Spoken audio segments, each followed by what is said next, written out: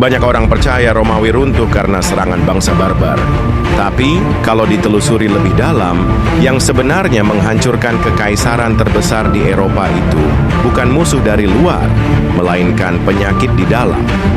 Korupsi dan keserakahan penguasanya sendiri. Selama berabad-abad, kekaisaran Romawi berdiri sebagai simbol kekuatan, disiplin, dan kemajuan.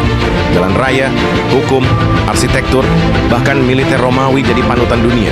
Tapi semakin besar kekuasaan itu, semakin rapuh fondasinya. Di abad ketiga hingga kelima, pejabat Romawi mulai menggunakan jabatannya untuk memperkaya diri.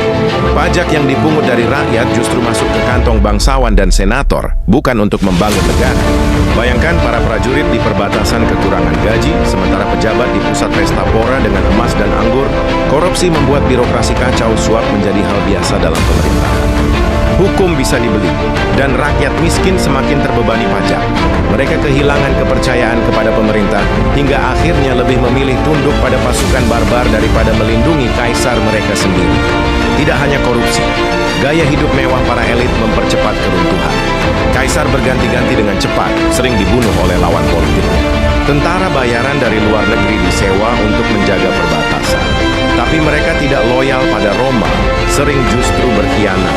Korupsi membuat sistem pertahanan lemah, sementara ekonomi jatuh karena rakyat tidak mampu lagi membayar pajak.